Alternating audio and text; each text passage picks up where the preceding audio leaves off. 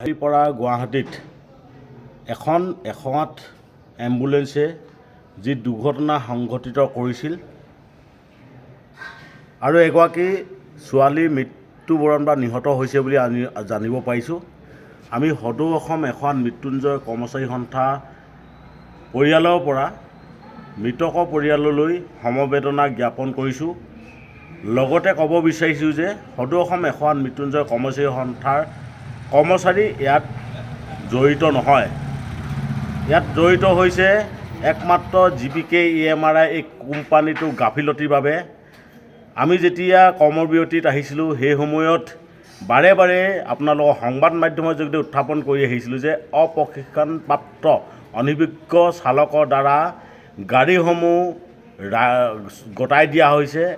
এই গাড়ীসমূহ এনেদৰে চলোৱাৰ বাবে আজি এনেদৰে দুৰ্ঘটনা সংঘটিত হৈছে।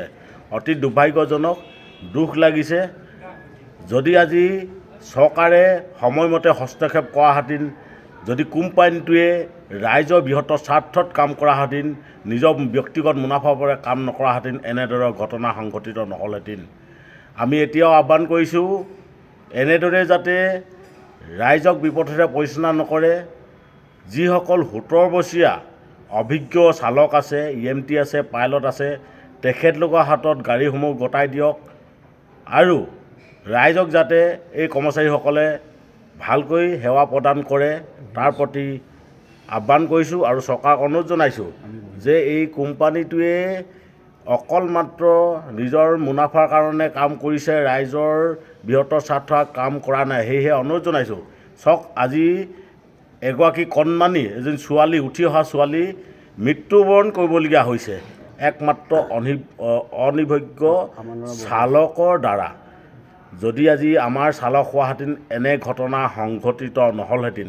আজি 17 বছৰত আপোনালোকে দেখিব আমাৰ গাড়ী কোনো ধৰণৰ ডাঙৰ এক্সিডেণ্ট হোৱা নাই বা ডাঙৰ দুৰ্ঘটনা হোৱা নাই 17 বছৰত।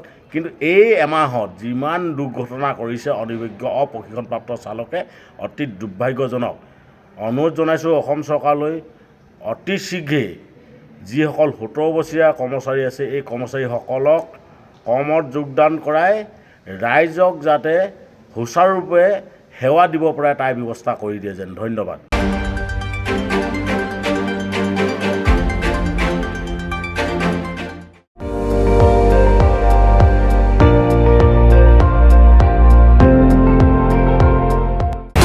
আপুনি চাই আছে ND24, সৰ্বশ্ৰেষ্ঠ নহয় সৰ্বোত্তমৰ দৌৰা।